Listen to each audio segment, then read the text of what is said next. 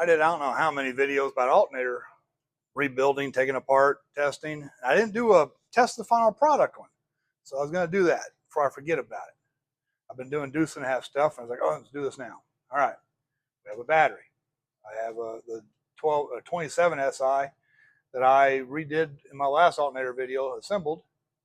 I have the white and the red wire tied together to the positive post, to the positive on the battery, positive from the battery to the voltmeter, negative cable to the negative post on the isolated ground alternator, negative battery, negative lead for the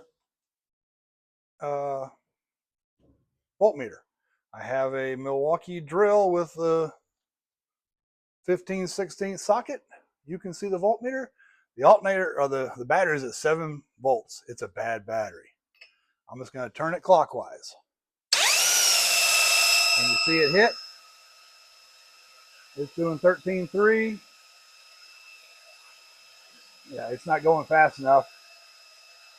But you can see the alternator is charging and working well.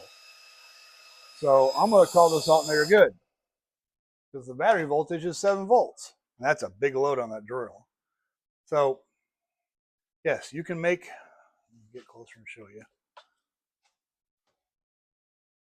The plug goes to there, positive battery, negative to there. I just got it sitting in the vise and use a 15/16 drill. So that alternator, besides all the components testing good, tests good on the bench too. Just want to put a finishing touch on my alternator series.